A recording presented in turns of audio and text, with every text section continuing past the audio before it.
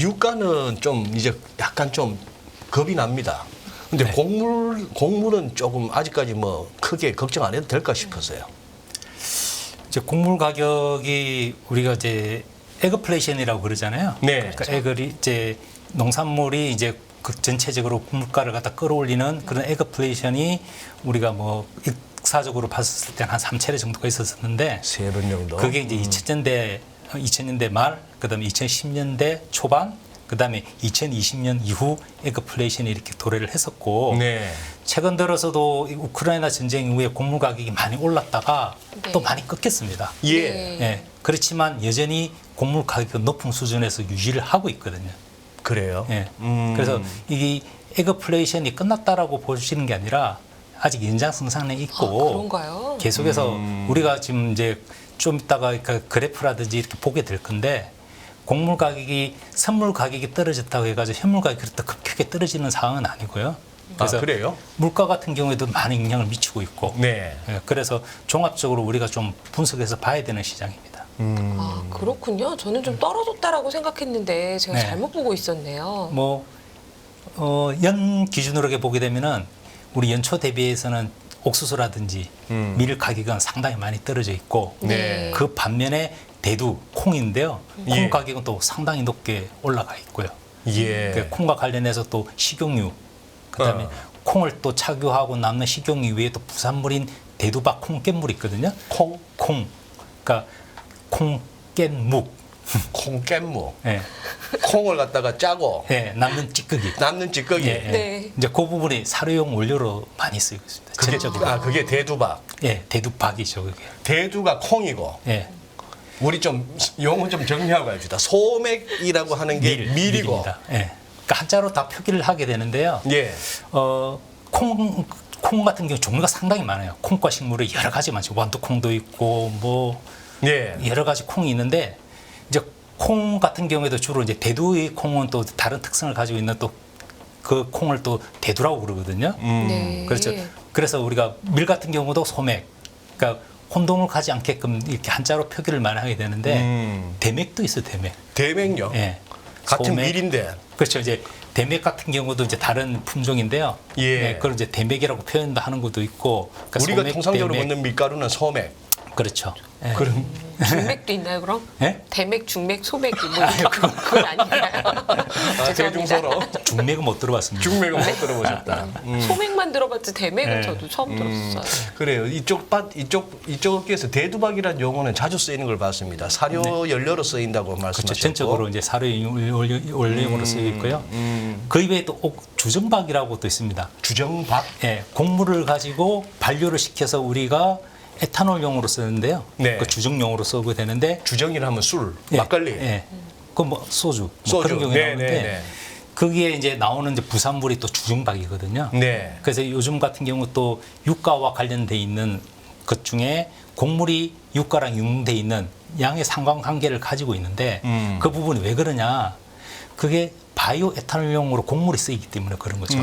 그러다 보니까 그 주정용이 아닌 에탄올용, 그러니까 연료용으로 만드는 바이오 에탄올용으로 나오는 옥수수 주정박이 있거든요. 네. 그래서 미국에서는 그걸 DDGS라고 그러는데요. 예. 그런 부분이 또 전적으로 사료용으로 쓰이고 오히려 단백질가가 상당히 높게 돼 있어서 아주 선호하는 그러한 이제 사료용 원료죠.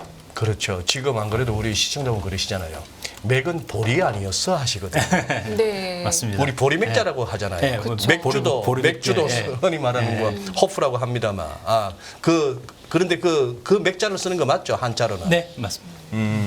근데 지금 첫 번째 그래프부터 보니까 절대적인 곡물 가격하고 그동안의 추이가 좀 보이긴 합니다만 한번 설명 한번 해주시죠. 네. 이게 이제 우리가 과거 역사적으로 흐름 봤었을 때 2000대 중반까지는 이게 곡물 수급이 안정적인 시대였어요. 그런데 2000대 중반 이후로는 지금 곡물 가격이 들쑥날쑥하잖아요.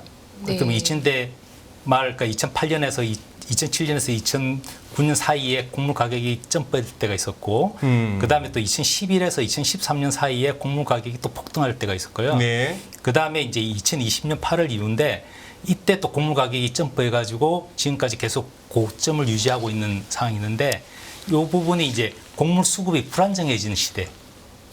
라고 보시면 되고요. 네. 그러니까 그런 부분도 여러 가지 또 원인이 있죠. 예. 그래서 우리가 이제 일반적으로 2008년에서 2009년 사이를 보게 되면은 곡물 가격이 점프를 했던 부분인데 그때 이제 기후 변화 때문에 그 주요 곡물의 생산국이 생산을 제대로 못했기 때문에 곡물 가격이 올라갔던 이유도 있고 네. 국제 유가가 또 올라감으로 해서 또 고가가 올라가는 부분 그런 부분이 연계가 됐거든요. 유가가 오르면은 곡물 가격이 오른다. 왜 그러냐? 네. 2005년 이후에 미국이 신재생 에너지 법을 만들어서 그러니까 주로 바이오 에탄올은 옥수수를 바이오 에탄올용으로 쓰거든요. 예. 옥수수를 지금까지는 바이오 연료용, 그러니까 산업용으로 쓰지 않던 거를 이제 바이오 연료용으로 쓰다 보니까 그만큼 소비량이 줄어들게 되는 거죠. 그다음에 네. 재고가 줄어들게 되는 거고. 네네. 그래서 미국의 바이오 에너지 정책으로 전환을 함으로써 곡물이 많이 투입이 되는 거죠.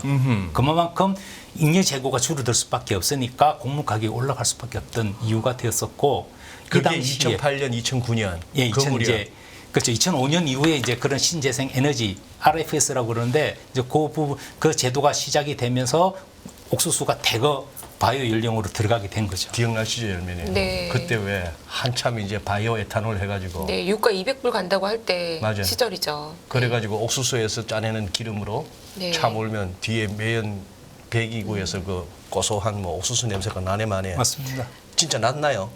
그게 이제 주로 미국 같은 경우에는 바이오 에탄올용으로 옥수수를 쓰게 되는데 바이오 디젤용으로는 콩을 바이오 디젤용으로 씁니다. 아, 대두. 또 그래요. 근데 그 시장이 브라질 시장이 커요. 음. 브라질은 주로 콩 최대 생산국이자 수출국인데요. 네. 브라질 같은 경우는 콩으로 바이오 디젤용으로 많이 쓰고 있고요. 미국 같은 경우도 바이오 에탄올용으로 옥수수를 쓰고 있고 바이오 디젤용으로 그 콩을 쓰고 있고요. 그래서 전체 미국의 소비량 옥수수 소비량 중에 한 33% 정도가 바이오 에탄올용으로 쓰고 있고요. 옥수수를 네. 또 바이오 디젤용으로는 한 44%를 바이오 디젤용으로 콩을 쓰고 있습니다. 그만큼 이제 곡물이라든지 유지작물인 옥수수와 콩이 이런 쪽으로 바이오 산업 에탄올용 쪽으로 바이오 연료용 쪽으로 쓰이다 보니까 이러한 이제 수급 불안정한 흐름을 보이게 되니까 고가가 올라가게 됐고요. 또 공교롭게 또 기후 변화가 문제가 된 거죠.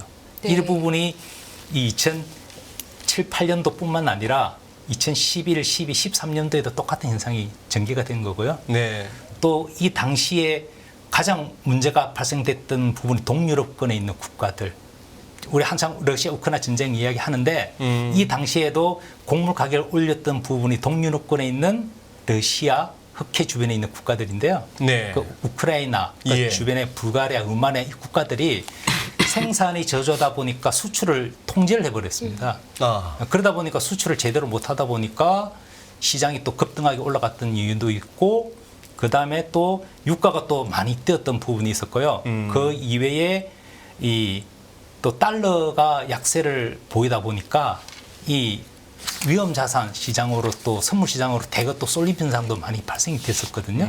그러다 보니까 이 곡물 관련 이제 가격이 선물 시장이 많이 뛰었던 요인도 있었거든요. 예. 또 그 이유는 또 안정적인 흐름을 또 보였는데 2020년 이후에 또 이제 급격하게 또 가격이 변동되는 이제 상황이 전개가 됐는데 이제 그 부분이 이제 코로나 문제, 코로나 팬데믹 문제로 해가지고 곡물 공급망이 훼손되는 부분. 생산을 하더라도 제대로 수출을 할 수가 없는 그런 상황이 전개됐죠. 네, 예, 예. 뭐 코로나 확진자들이 많이 나오고 그러다 보니까 이 수출항에서의 항구의 인력들이 부족한 문제도 발생이 됐었거든요. 그때 그다음에 하역이 시원찮아가지고 막 힘들었죠. 그, 예, 네, LA 네. 같은데 롱비치에 막 배들이 가동 중단되고 예, 있습니다. 외항에 막 대기하고 몇 달을. 네, 맞습니다. 맞아요. 그런 부분도 원인이 됐었고 또 기후 변화 문제도 이야기를 하는데 한 3년 정도 라니냐 현상이 발생이 됐거든요. 네. 그래서 라니냐 현상 때문에 아르헨티나가 생산량이 급감하는 부분. 아르헨티나 주요 김 대표님 잠깐만요. 네. 여기서 모르는 거 없는 우리 열미 의원님한테 저 아는 게 별로 없는데. 네. 라니냐 라니냐 현상. 잘 그리고 또 몰라요. 엘니뇨 엘니뇨. 아우, 잘 모릅니다. 구분. 헷갈려요. 모르겠어요. 어느 게 뜨거워지는 거예요? 아, 모르겠네요. 둘 중에 하나 찍어보세요. 뭐가 이렇게 뭐 좀 더워지는 게 있대. 네. 또 검색하지 창피하네요. 말고 네. 라미나가 아니고 라니냐. 네. 라니냐. 라니냐죠. 됐다. 그러면 네. 모르면 됐다. 네. 나도 잘 모르거든. 진짜 헷갈려요. 네. 한번 아니 그거 정확하게 한번 우리 좀 기억할 수 있게끔 한번 설명해 주세요, 김 네. 대표님. 그러니까 일반적으로 우리가 엘니뇨, 라니냐 현상을 우리 기후 변화할 때 항상 이야기를 많이 해요. 네. 그래서 엘니뇨 같은 경우는 주로 이제 동태평양의 적도 부근에 해수면 온도가 올라가는 경우인데요. 엘니뇨가? 예, 엘니뇨는 그래서 올라가는 거. 0.5도 이상 올라가는 부분이 5개월 이상 지속돼야 돼요. 5개월 이상 지속됐을 때 엘니뇨 현상이라고 그러고요. 이때는 이제 이상 기온 현상이 발생이 되게 되는데 해수면이 올라간다. 그렇죠. 해수면 올라가게 되면 뜨거워진다. 그가 물이 더워졌다. 그렇죠. 예. 바닷물이 뜨거워지는 거죠. 바닷물이 뜨거워졌다. 예, 그럼 바닷물 수증기가 그쪽으로 많이 올라가고 오히려 동태평 적도 부근의 그 인도라든지 호주 같은 경우는 이제 극심한 가뭄 현상이 발생이 되고요. 아르헨티나 같은 경우는 폭우가 문제가 되는 경우도 있고요. 그 라니냐 같은 경우는 또 그 반대가 되는 경우가 라니냐는 또 해수면이 차가워지는 거예요. 예, 차가워지니까 그러면 이제 오히려 이제 반대편에 이제 서태평양 쪽에 있는 적도 부근에 있는 국가들이 또 피해를 보게 되고 있고요. 그래서 라니냐 현상, 엘니뇨 현상 발생되면은 양쪽이 다 피해를 보게 되는 거죠. 가뭄이 오든 예, 가뭄이 오든 폭우나 폭우가 홍수가 오든 간에 예, 예. 어느 쪽이든 예. 어떤 지역은 이 날씨에는 평상시에는 가물어야 되는데 폭우가 쏟아지는 거고 또 반대 현상이 되는 부분이 있거든요. 그래서 라니냐 현상 그 반대로 동태평양 적도 부근 해수면 온도가 0.5도 이상 낮아질 때 이제 그때가 이제 라니냐 현상이라고 그러는데 금년에는 뭐 슈퍼 엘니뇨라고 그러더니만. 예, 이제 지금 올해 같은 경우에는 이제 벌써 엘니뇨 현상은 발생이 됐고 네. 슈퍼 엘니뇨가 발생되겠다고 하는데 이제 그런 부분을 이제 우리가 일반적으로 엘니뇨 현상을 갖다가 좀 구분을 하면은 0.5도 이상 올랐을 때 엘니뇨라고 그랬는데 이 부분이 1.5도 이상 더 올랐다. 그러면 이게 이제 강한 엘니뇨다라고 이야기를 하는데 아, 그래요? 슈퍼 엘니뇨는 그보다 더 세다. 1.5 2도 이상 더 올랐다. 그럼 이도- 슈퍼 엘니뇨가 된다. 그 이야기죠. 어허. 그럼 이제 동태평양 적도 해수면 온도가 2도 이상 올라간다는 거죠. 사람 체온이 2도만 더 올라도 38도가 넘어도 이거 뭐 큰일 났다 하는데 해수면이 2도 더 바다가 2도 더 오르면 이거는 더 심각한 문제가 발생이 될 수 있다라고 되어 있는데 그래 원래 그래 그럴 가능성이 있다는 겁니까? 이미 도래했다는 겁니까? 그러니까 엘니뇨는 벌써 발생이 돼 있지만 이제 슈퍼 엘니뇨가 이제 기상학자들이 이야기하기는 올해 12월 말이나 내년 1월쯤 되면은 거의 정점에 달할 것이다. 그래서 슈퍼 엘니뇨가 그때 발생이 될 것이다 이야기가 나오죠. 그래요? 그렇게 되면은 오히려 올해보다는 내년 날씨가 더 문제가 될 것이다라는 이야기도 나오고 있습니다.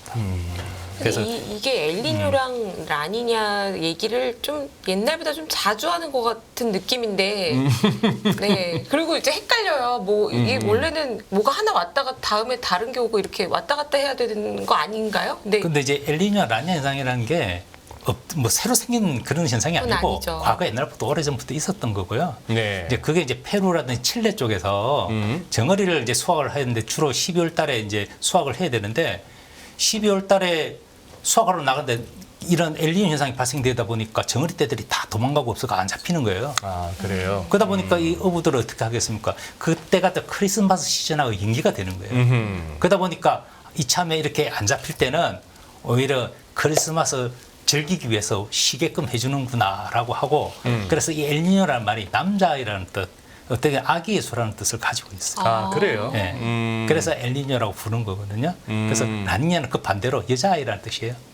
아, 그런 네. 의미로. 그래서 엘니뇨 라니냐라고 해요. 그러니까 엘니뇨 라니냐 하면은 그 스페인어로는 여자아이냐 남자아이냐 그렇게 이야기하는 거예요. 그래서 이제는 이제 남자아이가 강해진다는 거죠. 조금 그러면 그 들어가기 전에 우리 또 김민수 박사님 견해로는 기후 변화를 가지고 네. 이렇게들 난리를 치는데 진짜 기후 변화라는 게 실제 하고 있으면 정말 우리가 걱정할 만한 상황인지 아니면은 뭔가 좀 이 과장된 건지 아니면 무슨 의도가 있는 아젠다인지 그 부분은 어떻게 생각하십니까? 이제 우리가 역사적으로 엘니뇨 현상이 발생됐을 때 곡물 가격이 어떻게 올라가느냐 하는 그런 그 분석했던 그런 자료들이 있는데 네. 지금 여기는 가져오질 않았지만 네. 사실상 엘니뇨 라니냐 가지고 곡물 가격이 그렇게 뛰고 했던 적은 없었어요.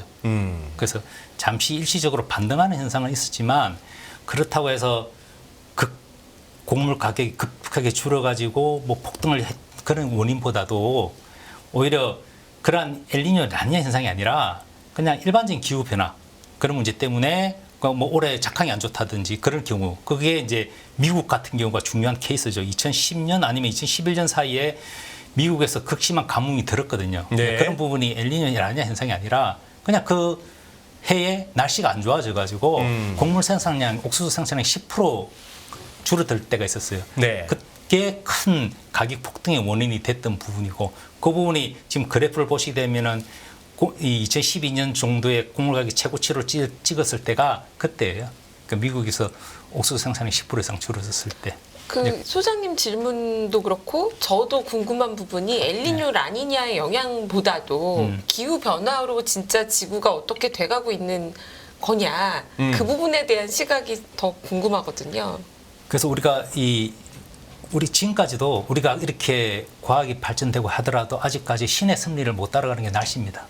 아. 날씨는 예측하기가 불가능해요. 네. 하루하루가 다르거든요. 그쵸. 그래서 미국 같은 경우에도 그런 이제 국립해양청이라든지 이런 쪽에서 해양처에서 분석을 많이 하는데 그렇게 한다 하더라도 항상 기후가 바뀌거든요. 날씨가. 그래서 오늘 내일 이렇게 전망했던 부분이 대개 뭐 2주치, 한 달치 이렇게 전망하잖아요. 네. 근데 그 사이에 계속 바뀌는 거예요. 그러다 보니까 미국 같은 경우에도 날씨에 따라서 곡물 가격이 변화가 되거든요. 그래서 그런 시장을 우리가 웨더 마켓. 그래서 곡물이 생산하는 시즌에 가격이 크게 변동하는 부분은 기상 변화 때문에 곡물 가격이 오르고 내리거든요. 그래서 이런 시장을 들쑥날쑥한 시장을 웨더 마켓이라고. 웨더 마켓. 네. 우리 브릿지님이 그러시네요. 농산물 선물하는 사람들이 미래 예측을 하는 것 중에 하나가 기상 예측이라고. 맞는 얘기입니까? 뭐 그렇죠. 이제 기상 예측을 통해서 우리가 그 좀 추론을 하고 판단을 할 수가 있죠. 할 수도 있겠다. 네. 그런데 또 하나의 또 여쭤볼게요. 저기 아까 그 첫 번째 그래프 아니 그거보다도 갖고 오신 저 간략하게 뒤에 그 밀부터 해가지고 좀 네. 네. 그 가격 추이 먼저 한번 보고 좀 질문해 드릴게요. 네. 알겠습니다. 이게 첫 번째가 첫 번째가 이거였고 밀이었나요? 두 번째 이제 밀 먼저 보시겠는데요. 네. 이게 이제 미국 시카고 상품 거래소에서 거래되는 이제 곡물 가격들이 전 세계 대표적인 선물 가격이라고 보시면 돼요. 그래서 전체 시장의 세계 시장의 80% 이상을 다 이거 시카고 상품 거래소 거래가 된다고 보시면 되거든요. 그래서 밀 같은 경우도 이제 여러 품종이 있지만 대표적인 이제 소프트 레드 윈터 윗이라고요. 그 연질 적색 겨울 밀이라고 그러는데 이 밀 가격을 보시게 되면은 연초 대비해서 지금 8월 말까지 그래프인데 8월 말 최저치로 떨어져 있죠. 네. 근데 2월 중반쯤에 곡물 가격 이제 밀 가격이 최고치로 올랐다가 5월 달에 5월 말쯤 전에 또 극심하게 빠져 있었어요. 그러다가 다시 또 이 낙타 등처럼 이렇게 올라갔다가 다시 쭉 빠져버리는 이제 가격 흐름을 보이고 있는데 되게 이제 이렇게 보면은 곡물 가격이 많이 빠진 것처럼 보이잖아요. 네. 그렇지만 이제 2년 전, 3년 전 가격하고 비교해 보면은 2년 전, 3년보다도 상당히 높게 가격이 형성돼 있죠. 그 요거는 이제 올해 1월 1일부터 8월 말까지의 차트라서 그렇지. 그래서 밀 같은 경우도 우크라이나 전쟁 이후에 지금 여러 뭐 흑해 곡물 협정이다 하고 해서 전쟁을 통해서 우크라이나 수출을 못했던 부분을 곡물 협정을 통해서 수출을 원활하게 했다가 이 부분을 이제 7월 17일까지 협정이 유지가 됐었는데 러시아가 중단을 시킨 거죠. 잠깐만요. 네. 김 대표님 지금 저 차트상에 가운데에서 살짝 오른쪽 부분 왔을 때 낙타등처럼 두 번 쑥 올랐을 때 저때가 보니 6월하고 7월이네요. 네. 저때 아닌 게 아니라 지금 언급하신 그 뭡니까 흑해 곡물 협정 이게 뉴스에서 보도됐던 기억이 나요. 네, 주로 뭐 이때 날씨가 많이 문제가 됐죠. 이때는 7월 17일 이후에 이제 급등하는 거는 요게 이제 그 흑해 곡물 협정 파기했을 때고요. 네. 근데 솔직히 흑해 곡물 협정 네. 뉴스 헤드라인만 봤지 그냥 뭔 내용인지를 안 봤어요. 이 사람이 자기가 관심 없는 분야는 그냥 설렁설렁 넘어가지 않습니까? 그럼요. 네. 이 뭔 내용이었길래요? 그러니까 우크라이나 같은 경우는 주요 대표적인 곡물 생산하고 수출하는 국가거든요. 또 밀 많이 나온다면서요? 밀이 세계 밀뿐만 1위 아니라 수출국. 예? 몇위 수출국이죠? 밀 같은 경우는 뭐 세계 한 뭐 수출 규모로 상당히 상위권이었던 걸로. 7위 정도, 그다음에 옥수수도 한 4위 정도, 뭐 그 정도. 근데 이제 해바라기 씨유 같은 경우에는 세계 1위. 해바라기 씨유. 해바라기 씨. 예. 아. 이제 해바라기에서 기름을 착유하거든요. 그래서 해바라기 씨유는 대표적인 수출국이고요. 네. 러시아도 마찬가지로 러시아는 또 다른 게 밀 같은 경우는 세계 1위 수출국이거든요. 네. 그리고 옥수수는 이제 우크라이나보다는 못하지만 그래도 대표적인 옥수수도 수출국이고요. 그 해바라기 씨유 같은 경우는 우크라이나 다음으로 이제 러시아 가장 많은 이제 수출을 하는 국가인데, 그러니까 전쟁으로 인해서 이제 흑해를 통해서 주로 빠져나가는 게 기본적인 곡물 수출 길인데, 네. 그걸 이제 러시아가 흑해를 봉쇄를 시켜버린 거죠. 전쟁이 터지자마자. 작년 네. 2월 24일 날 전쟁이 발발하면서 흑해를 막아버린 거죠. 작년에 예. 전쟁 발발과 동시에. 그렇죠. 작년 2월 24일. 그래서 뭐 기뢰를 설치를 하고 그렇게 해서 이 항로를 못 다니게끔 만들었다가 네. 이제 그런 부분을 7월 22일 작년 7월 22일쯤에서 튀르키하고 이제 유엔이 중재를 통해서 우크라이나 러시아가 흑해 곡물 협정을 맺도록 만들어서 러시아도 원화를 수출하게끔 하고 우크라이나 원화하게 곡물을 수출하게끔 그렇게 길을 튼 거죠. 그게 작년 7월에 7월 예, 그게 22일입니다. 곡물 협정이어서 네, 네. 막혔던 이제 곡물 수출 그 한 길을 5개월 열었다. 동안은 곡물을 수출 아예 못했죠. 네. 그러다 보니까 곡물 가격이 폭등한 거죠. 그게. 예. 그게 그래프상으로 지금 드러나 있는 거고요. 음. 그렇지만 이제 그 이후에 이제 곡물 협정을 이제 계속 그때는 120일 기간으로 해놨다가 그게 3차례 정도 연장이 되어서 올해 7월 17일까지 끌고 온 거죠. 그 와중에도 러시아가 계속해서 뭐 곡물 협정을 파기하겠다, 서방이 제재를 풀어주지 않으면 우리는 흑해 곡물 협정을 더 이상 유지하기가 어렵다 이렇게 하다가 계속해서 이제 연장을 해오서 올해 7월 17일까지 끌고 왔는데 네. 그 이후에 이제 더 이상 이제 러시아가 그 흑해 곡물 협정을 이제 연장을 추가를 안 하기로 했고요. 안 하면은 지금 우크라이나가 수출 못 하고 있습니까? 예, 흑해 그렇죠. 통해서? 네. 지금 그 길이 막힌 거예요? 그렇죠. 러시아도 근데 안 하고 있는 건가요? 러시아도 안 하고. 러시아는 하고 있죠. 자기는 하고 못하게 하는 거예요? 러시아는 흑해 중에 노보로시스크 항이라고 대표적인 또 곡물 수출 항이자 러시아 흑해 7함대가 있는 쪽이거든요. 네. 그쪽은 원활하게 또 수출을 하고 있는 부분이 있고 그 이외에는 또 다른 유통 수출할 수 있는 길이 또 많이 있는 반면에 우크라이나 같은 경우는 사실상 흑해를 통해서 대량으로 지금까지 다 수출을 해오던 부분을 못하니까 그래서 이 유럽연합이 이제 우크라이나산 곡물을 수출할 수 있게끔 육로를 통해 수출을 했게끔 해서 주변에 있는 국가들 루마니아, 불가리아라든지 이런 이제 헝가리 이런 쪽을 통해서 육로를 통해서 곡물을 수출할 수 있게끔 길을 만들어 놨습니다. 예. 그래서 작년 이제 전쟁이 발발한 이후에 현재 흑해 곡물 협정 파기하기 전까지를 보게 되면은 흑해로 전량으로 수출하던 걸 이제 못 하게 됐잖아요. 그러다 보니까 한 3,300만 톤을 흑해 곡물 협정을 통해서 흑해를 수출을 했는데 그보다 더 많은 양 4,300만 톤을 이 유럽권을 통해서 육로나 철로 그다음에 그런 바지선을 통해서 이렇게 했습니다.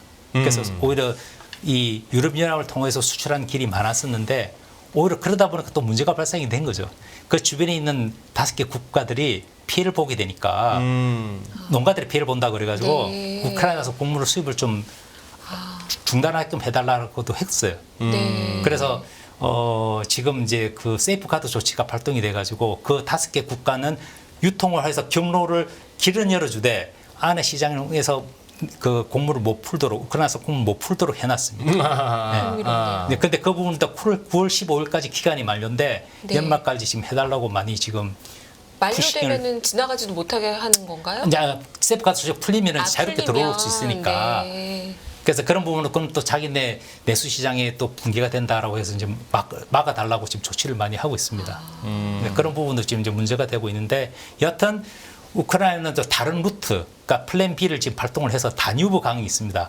그래서 흑해를 통한 부분은 아니라 그 옆에 있는 다뉴브 강을 통해서 루마니아로 이렇게 곡물을 수출해서 실어 나가는 부분을 지금 이제 시작을 하려고 하고 있고요. 예. 그래서 흑해 곡물 협정 파기 이후에 그 다뉴브 강을 통해서 이렇게 한 뭐 수출하는 길을 열고 시작을 하고 있는데 러시아가 또 그 부분을 또 이렇게 그냥 두고 보지는 않잖아요. 그러다 보니까 드론 공격으로 지금 다뉴브 강이 항에 있는 뭐 이즈마일하고 레니 항이라고 있는데 그쪽에 지금 드론 공격으로 계속 퍼붓고 그래서 곡물 시설들이 대거 파괴된 상태죠. 하하. 지금 이제 김 대표님 설명을 듣다 보니까 그동안 이렇게 뜨문뜨문 보던 뉴스의 흐름이 잡히네요. 네, 그러네요. 흑해 곡물 협정 때문에 흑해 곡물 협정 때문에 하다가 그거 했는데 어쨌거나 우크라이나 쪽에서는 또 다뉴브 강으로 하다 보니 그 뉴스도 기억나시죠? 왜? 네. 너무 감으로 가지고 다뉴브 강 수위가 너무 낮아져서 네. 이 곡물 수출하는 배들이 바지선이 뭐 못 다니니 이런 소리도 했는데 어쨌거나 지금 이래저래 설명을 듣다 보니 아직도 러시아 우크라이나 전쟁 중이고 이런저런 네. 애로 사항이 있고 뭐 기후 변화도 만만치 않고 이렇다는데 어떻게 저렇게 곡물가가 생각보다 안정적인가 이거는 어떻게 이해할까요? 그럼 조금 한번 더 네, 보면은 네. 옥수수 같은 경우를 한번 볼게요. 네. 이 옥수수 같은 경우에는 연초 대비해서 5월 중순까지는 가격이 급격하게 내려서 갔거든요. 5월까지 많이 내렸다가 그러다가 5월 중순 이후에 다시 또 곡물 가격이 또 6월 이후 급등했어요. 네. 네. 이제 이런 부분이 웨더 마켓이라고 제가 말씀을 드렸는데요. 이 옥수수 시장을 주로 리드하고 있는 시장이 미국하고 브라질 시장이에요. 그래서 미국이 주로 이제 생산 시즌에 들어가다 보니까 날씨가 조금 미국에서 변화를 한다든지 어떤 수급적인 불안정한 요인이 생기면은 곡물 가격이 뛰거든요. 그런 부분이 이제 영향을 좀 많이 미쳤다라고 보시면 될 것 같고요. 네. 그다음에 7월 17일 후에 또 가격이 또 한 번 또 뛰기 시작했는데요. 요거에 이제 흑해 곡물 협정 파기 때문에 또 곡물 가격이 또 뛰었다가 지금은 또 저점으로 또 떨어져 연저점으로 있는 왔네요. 네. 있어요. 그게 이제 미국에서 또는 브라질, 미국과 브라질이 이 옥수수 양대 산맥입니다. 그래서 미국은 2020년대까지만 해도 2020년까지만 해도 세계 최대 옥수수 수출국이었는데요. 오히려 브라질이 지금 따라잡아가지고요. 브라질이 옥수수 최대 수출국이 되어버렸습니다. 그래서 오히려 브라질 시장이 더 큰 시장이 되어버린 거죠.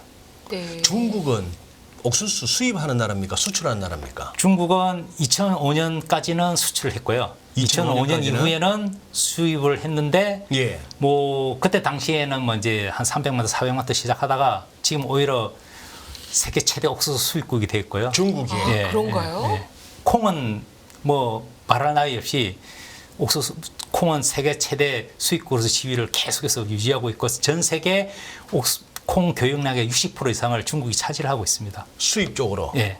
중국이? 그만큼 중국은 지금 이제 산업에서의 그 농업화도 되는 부분도 있고 또 인구가 급격하게 증가하다 보니까 또 이런 소득이 증대하다 보니까 축산물 소비, 특히 돼지고기 소비량이 상당히 많거든요. 네. 그러다 보니까 사료 시장이 이제 크게 이제 수요가 많아지게 되니까 콩을 많이 수입해 올 수밖에 없는 거죠. 그래서 중국은 사실상 옥수수 같은 경우는 어느 정도 작업 자수화수 능력은 사실상 되는데 장기 비축 시스템을 가지고 있기 때문에 걔네들은 항상 옥수수의 수급 불안정 문제를 극복하기 위해서 항상 옥수수를 장기 비축합니다. 그래서 안정적이다 하더라도 항상 옥수수를 지속적으로 구매를 할 수밖에 없는 부분이고 또 중국 같은 경우도 이제 바이오 연령으로 옥수수를 또 생산하기 위해서 또 옥수수를 수입할 수밖에 없는 상황이거든요. 이제 그래서 옥수수라든지 그 콩, 밀도 똑같은 상황이 전개된 거죠. 밀도 이제 생산량은 어느 정도 되지만 산업에서 필요한 양을 다 수입을 하고 또 비축을 하기 위해서 밀도 세계 1위의 밀 수입국이 됐습니다. 그래서 중국이 오히려 곡물 시장의 블랙홀이 되어버린 거죠. 우리나라는요? 우리 같은 경우에는 옥수수 같은 경우는 지금 중국이 1위라고 말씀드렸는데요. 네. 그 다음에 2위가 이제 일본, 예, 멕시코, 예. 그 다음에 이제 우리나라. 수입국으로. 예. 우리나라 같은 경우도 전적으로 옥수수를 수입할 수밖에 없습니다. 왜 그런가 한번 잠시 보면은 우리 그 식량하고 곡물 자급률 한번 제가 한번 네, 보여드릴게요. 그러면은 이 부분은 이제 식량 자급률, 곡물 자급률 하니까 그럼 곡물 자급률은 뭐냐 이렇게 구분을 해야 되는데요.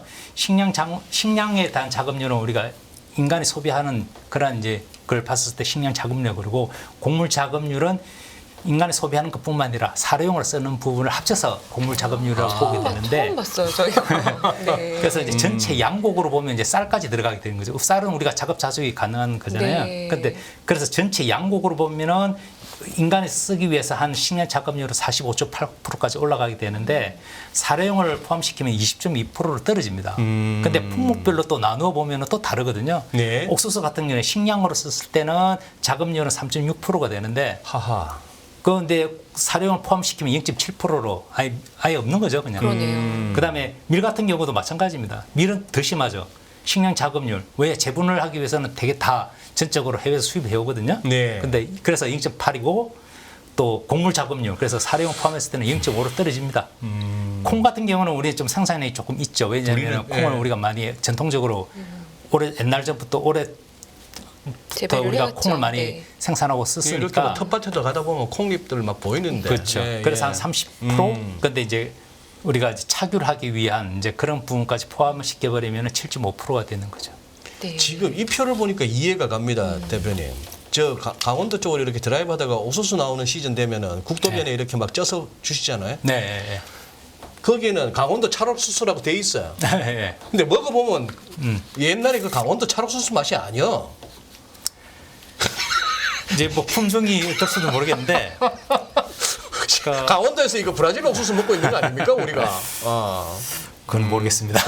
아 그거는 그렇구나. 이제 판매하는 사람이 어떤지를 확인해야 되는데. 지금 박사님 당황하셨어요 지금. 지금 저것만 보면은 국제 곡물 가격이 흔들리면은 우리나라 뭐 밀가루 제당 뭐 할 것 없이 과자 회사 할 것 없이 다 가격 움직여야 되네요. 그렇죠. 예. 다 영향을 받을 수밖에 없는 거죠. 그래서 뭐 이제 우리가 곡물의 수입량이 가장 많은 게 그 사료 시장입니다. 사료 시장. 예.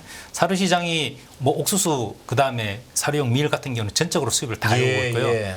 그다음에 아까 말했던 콩깻묵 있잖아요. 예, 그 대두박. 대두박 같은 경우도 70% 정도를 해외 수입 의존을 한다고 하는데 사실상 그 30%도 차규를 하는 그 우리 식용유 회사들이 콩을 수입해 와가지고 기름을 짜잖아요. 네. 그거를 이제 국산용으로 판매를 하니까 아하. 그게 간접적으로 이렇게 이제 국산이 된 것이 간접적으로 봤을 때는 거의 100% 다 수입을 해와서 이렇게 쓴다라고 보시면 되거든요.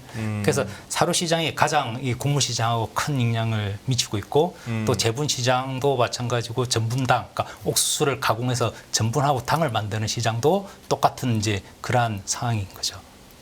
또 우리 저 김민수 대표가 또 사료 쪽에는 또 전문가십니다. 왜냐하면 네. 동네만 시기에는 사료협회에서 오래 근무하셨어요. 네. 그런데 오늘 같은 날 사료주가 왜 뜁니까? 뭐 작년에도 아니 오늘 설탕 관련된 주식도 많이 뛰었고요. 뭐 이게 이제 우리가 뭐 사료 같은 경우 뭐 테마주라고 이것도 이야기를 많이 작년부터 하고 한 있는데요. 번씩 출렁출렁했어요. 예, 예. 뭐 곡물 가격이 되게 점프할 때 이럴 곡물 가격 뛸 때마다 사료주도 같이 뛰었어요. 마치 뛰었고 그랬는데 뭐 오늘 또 요소 중국에서 요소 통제하는 부분 때문에 요소를 수출 통제하겠다 그러니까 이 비료 가격이 또 급등을 하다 보니까 그 동반해서 사료 가격 같이 또 점프를 한 거거든요. 아 비료 가격이 예. 뛰었으니 네, 예. 곡물 생산 가격이 뛰고 그렇죠. 곡물 가격이 오르니 예. 사료값이 오르고 그 중국은 주로 이제 요소 비료를 많이 세계에서 가장 많이 생산하고 수출하는 네. 국가입니다. 네. 우리나라 같은 경우도 요소를 되게 중국에 대한 수입 의존도가 상당히 높은데 뭐 한 3년 전인가 요소수 대란 문제도 발생이 됐었잖아요. 그거는 이제 산업에서의 문제였는데 요소 같은 경우는 이제 비료 시장이 큰 문제가 되는데요. 그 비료 시장에서의 문제는 이제 국제 글로벌 시장을 통해서 봐야 되는데 이 비료 가격이 올라가게 되면은 국제 곡물 생산 비용이 올라가게 되고요. 그만큼 또 곡물 가격도 올라갈 수밖에 없고 그래서 동반해서 상승하는 부분이 연계가 되기 때문에 요소 가격이 올라갔다. 당연히 곡물 시장도 영향을 받을 수밖에 없기 때문에 사료 시장도 뛰었다라고 보시면 될 것 같고요. 유가도 마찬가지예요. 그 논리 전개에 있어서 네. 작년부터 궁금했던 게 곡물 가격이 뛰었어요. 네, 그러면 사료 회사 입장에서는 원가가 올라가는 거 아닙니까? 그렇죠. 원가가 올라가는데 그걸 갖다 원가 올라가는 부분만큼을 그대로 소비자들한테 네. 가격을 갖다가 가격 상승분을 전가할 수 있다면은 아니면 그거보다 더 남겨 먹으면은 주가 급등이 이해가 되는데 원가가 당장 올라가는데 그렇다고 또 사료값 올리고 하다 보면 또 저항도 있을 텐데 그것 때문에 주가가 오른다? 뭐 하기야 뭐 테마가 그 맛으로 하는 거지만 사료를 안 먹일 수는 없지 않을까요? 우리가 밥을 안 먹으면은 네. 못 살듯이 그러니까 동물들 비싸도 사료가 사료는 무조건 줘야 되니까요. 네. 그러니까 사료라고 하면은 이제 어떤 사료냐면 다 배합 사료거든요. 배합 사료는 이제 일정한 이제 품목들을 이제 배합을 해가지고 쓰는데 이제 그 중에 가장 많은 들어가는 곡물, 그 다음에 이제 우리가 강피류라고 그러는데 곡물 껍데기들, 그 다음에 이제 식물성 단백질류 그런 게 이제 팜이라든지 야자에서 나오는 부분 이외에 대두, 콩에서 나왔던 그런 부산물들. 그런 부분들이 이제 식물성 방류라고 그러는데 단백질을 가를 구성하고 있거든요. 이제 그런 부분들하고 첨가제 다른 부분들이 섞여서 이제 배합 사료가 되는 부분이고요. 이제 유가 올라갈 때 딴 얘기지만 유가 올라갈 때 정유 회사 주가 좋은 거랑 비슷하지 않을까요? 네. 그런 느낌. 원재료도 올라가고 제품 가격도 올라가고. 그게 이제 우리가 보면은 이제 동물약품 같은 경우도 그런 경우가 있어요. 그러니까 우리가 그러니까 AI가 이제 조류 인플루엔자 AI 말씀드리는데 조류 인플루엔자 구제기라든지 발생됐다. 그러면은 사실상 그쪽 관련되어 있지 않은 동물의약품도 같이 등달아 올라가는 거죠. 네. 테마에 편성해서 같이 올라가는 부분이 있는데요. 그래서 특히 이제 사료 같은 경우는 이제 곡물 가격이 뛰면은 그만큼 뭔가 판가에 대한 인상의 효과에 대한 그 기대감, 또 사료 가격이 올라가게 되면 그만큼 사료 회사들이 수익을 볼 것이다라고 이렇게 해서 올라가는 그러한 테마성에 좀 편성을 하게 되거든요. 예. 근데 사실상 보게 되면은 이 그 사료주들을 보면은 오히려 이러한 시장은 좀 안 좋은 시장이 되는 거죠. 왜냐하면 전적으로 수입을 해와야 되니까 또 환율하고 또 결부가 되거든요. 그쵸. 그 이외에 인건비라든지 물류비도 상승을 하게 되거든요. 그러다 보니까 영업이익률은 오히려 떨어지는 그런 추세가 되어 있고 그 사료주 한번 제가 정리했던데 한번 볼까요? 네, 그러시죠. 이게 여기 지금 이제 사료 전문 기업들의 이제 주가 흐름인데요. 그러니까 이제 많이 이제 우리 사료주로 해서 나오잖아요. 고려산업, 대주, KCP, 하늘사료 이렇게 쭉 나와 있는데 네. 오늘도 하늘사료주가 많이 뛰었다라고 좀 봤는데요. 예. 지금 보시게 되면은 2022년 1월까지는 거의 이렇게 지지부진한 그런 흐름을 보이다가, 그러니까 우크라이나 전쟁 터지고 난 이후에 곡물 가격이 폭등하니까 등달아서 사료주들이 급등했던 부분이 있었잖아요. 그렇지만 이제 그 위에는 이제 상당히 많이 내려가 있는데, 근데 2022년 이후에 좀 특이한 점이 윗꼬리를 물고 계속해서 이렇게 지금 그래프, 이게 월봉 차트거든요. 네. 월봉. 네, 월봉 차트인데 계속해서 월 단위를 보면은 윗꼬리를 계속 물고 있어요. 이런 부분이 뭐냐? 곡물 가격이 점프하고 할 때마다 이런 테마성으로 해서 사료주들이 올라가고 내려가고 하는 거죠. 네. 올라가. 오버슈팅이 나왔다 한 번. 그렇지만 네. 이 지금 그 이후에 이제 월 흐름을 보면 이제 사료주 가격들은 상당히 내려가 있는 상황이거든요. 그래서 너무 테마성 위주로만 이렇게 가지 않나라는 부분도 들고, 그래서 우리가 이쪽 부분을 투자를 할 때는 이슈에 따라가면은 벌써 이슈라고 따라고 하면 벌써 거기에는 이제 말리게 되는 부분이고요. 그 전에 이제 저가 매수 이후로 해서 들어가야 되는데, 이제 그러려면 이제 펀더멘털적인 측면을 또 좀 많이 좀 중심에서 바라봐야 되지 않나라는 거고요. 육계주도 마찬가지입니다. 육계 관련. 육계 관련. 예, 육계도 일본 후쿠시마 그 오염수, 처리수라고도 하는데 예. 방류 문제로 인해 예. 가지고 소금 가격 뛰고, 그 다음에 이 육계 관련 가격이 뛰니까 육계주들이 또 급등을 하게 됐는데요. 대개 이런 축산물 시장은 대개 사료하고 다 인과관계가 있고, 이 사료 기업들은 사료만 생산하는 전문적인, 이 지금 아까 봤던 차트들은 이제 주로 사료만 전문적으로 하는 기업들인데, 네. 그 위에 있는 기업들은 수직 계열화돼서 양축하고 사료를 같이 하는 회사들도 있고요. 그다음 바이오 하고 같이 해서 사료를 생산하는 회사들도 있고, 아니면은 제분하고 또 사료를 같이 하는 회사들도 있고, 또 설탕, 당하고 또 대한제당이 같은 경우도 되는데 그런 회사들도 있고, 또 식품 회사 같은 경우도 있고, 식용유를 만드는 회사들도 있고요. 이제 그런 회사들이 주로 사료 시장도 같이 겸해서 하고 있고요. 네. 그 CJ 같은 경우라든지 대한제당 같은 경우도 이제 CJ 제당, 대한제당 내에서 했다가 요즘 이제 물적 분할에 대해서 좀 독립돼서 나와 있는 부분도 있고요. 그래서 그 이제 사료주도 보면 이제 특징을 좀 구분해서 좀 봐야 될 시장입니다. 그래요. 네. 지금 우리 PD님 이거 차트 한번 띄워주실 수 있겠습니까? 지금 요 차트를 한번 띄워놓고 한번 말씀드리고 싶은데, 예. 지금 네. 김민수 대표님, 네. 자, 저 지금 화면에 네. 저 무슨 종목 같습니까? 아, 저거요? 네, 저 오늘까지 일간 차트입니다. 뭐 연초 대비해서 그냥 쭉 뭐 한 나왔죠, 저게. 예. 남의 화학. 남의 화학이네요. 예. 남의 화학인데. 너무 화학이었네. 이거 저 우리 2부에 사료하고, 2부에 나온 어나더 김민수. 예. 우리 저 레모니스지 김민수 네. 대표의 저 가슴 아픈 종목이죠. 그 이제 실적 보고 한번 실적 개선 보고 들어갔다가 한번 된통 손절하고는 그날 저희 저녁에 나와서 방송에서 울분을 토했던 이게 뭡니까 했던 그건데 이거 지금 오늘 요소수 관련해 가지고 시가가 전일 대비 22.5% 뛰었다가 장중에 26.3 해서 한번 상한가 가나 싶었더니 종가는 그냥 9% 아이고. 오르고 끝났는데 저래 되면 저거 내일 우회되는 겁니까 저거? 아니 무슨 놈의 테마가 반나절도 못 가요. 요즘에 좀 더 그런 추세이긴 요즘 좀 하죠. 그런 추세가 돼버렸죠. 흐름이 너무 빠른 것 같습니다. 네. 흐름이 너무 빠르죠. 네, 올라갈 때 잘못 따라서 하면 방금 또 위클리로 한번 보시죠. 위클리로 보시면은 남해화 같은 주식이 이렇습니다. 위클리로 보면 뭐 이래 버렸고, 와 엄청나네요. 월간으로도 보면 가만히 보니 이 종목도 이거 엄청 손 타는 종목이요. 그죠?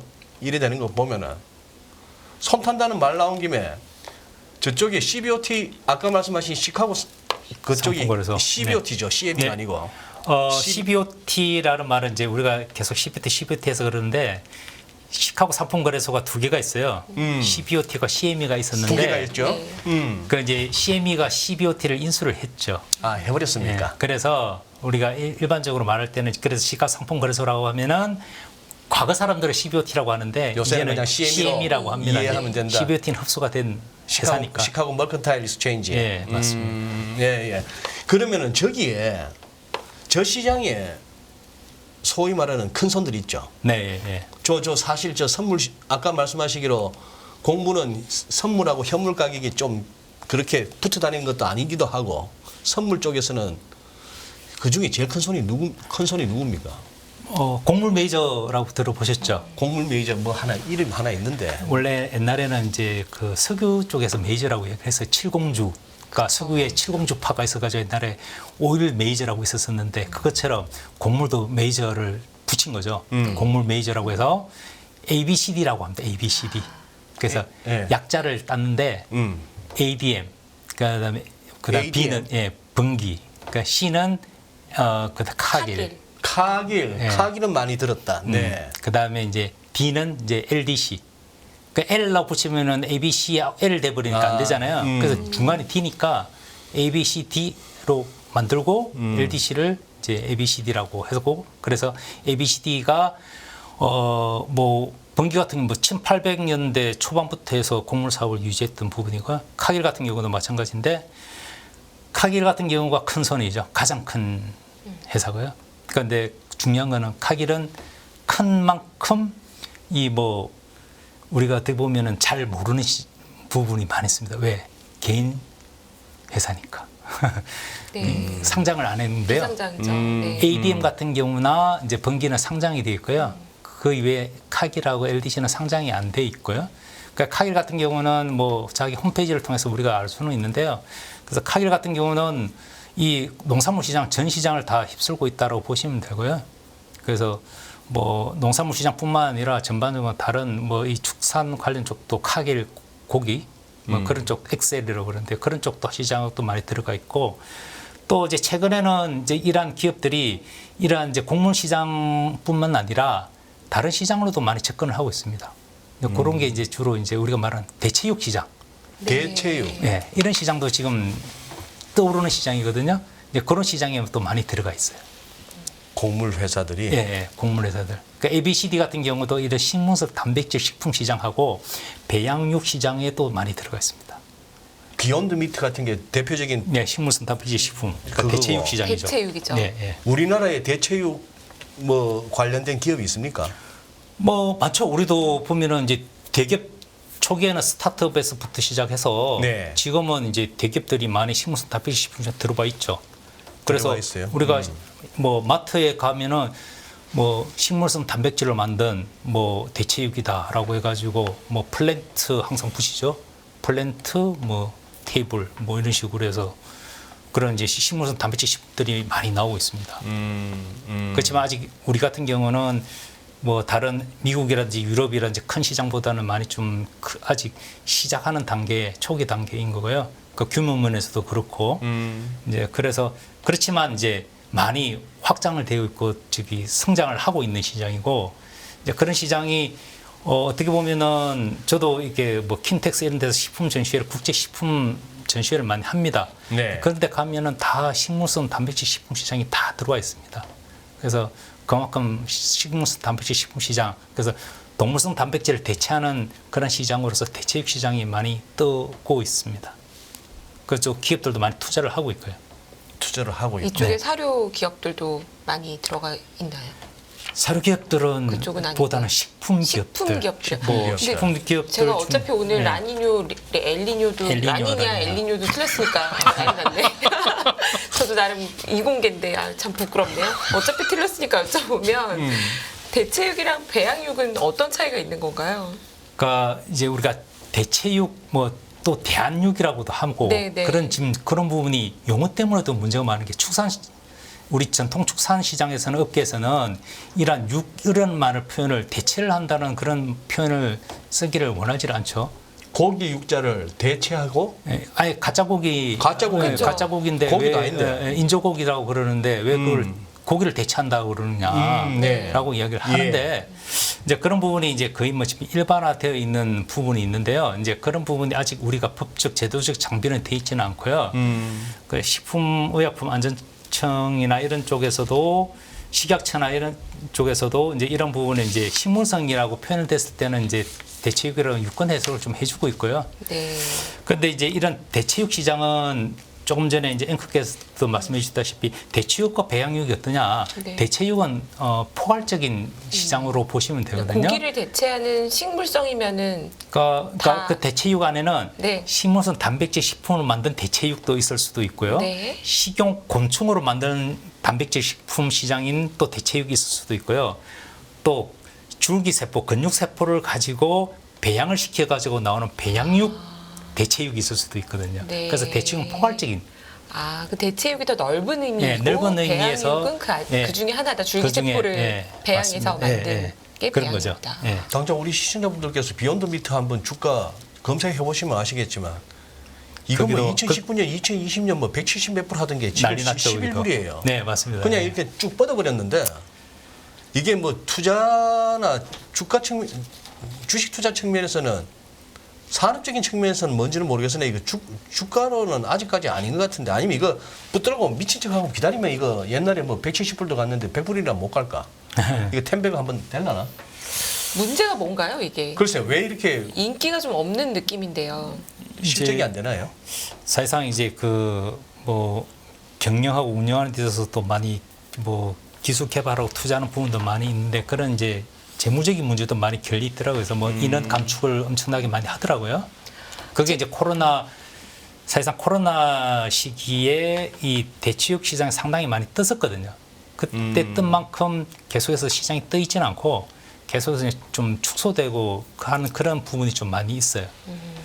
그래서 지금 오히려 이제 지금 식물성 단백질 식품 시장은 어느 정도 많은 경쟁이 또 너무 치열해지다 보니까요. 그러니까 비욘드 미트라든지 이런 부분은 초기 스타트업 기업들이거든요. 네. 오틀리라든지 이렇게 네. 기업들이 몇 개 있는데요. 이제 그런 부분들이 이제 너무 시장이 과열화되다 보니까 경쟁이 너무 치열해지다 보니까 지금 뭐 세계 수천 개 이상이 뭐 한 만 개 가까이 될 거예요. 이제 많은 기업들이 그런 이제 식물성 대체 식품 시장에 많이 들어와 있는 거죠. 그러다 보니까 그 경쟁에서 살아남기 위해서는 또 그만큼 자구책도 강구해야 되는 부분도 많이 있고요. 그러다 보니까 많이 흔들리는 이제 시장이 되어 있고요. 그래서 오히려 저는 이제 그런 부분보다는 이제 대체육보다는 또 오히려 반대로 대체유 시장. 그러니까 대체유라고 그러면은 그 우유를 대체하는 시장 있잖아요.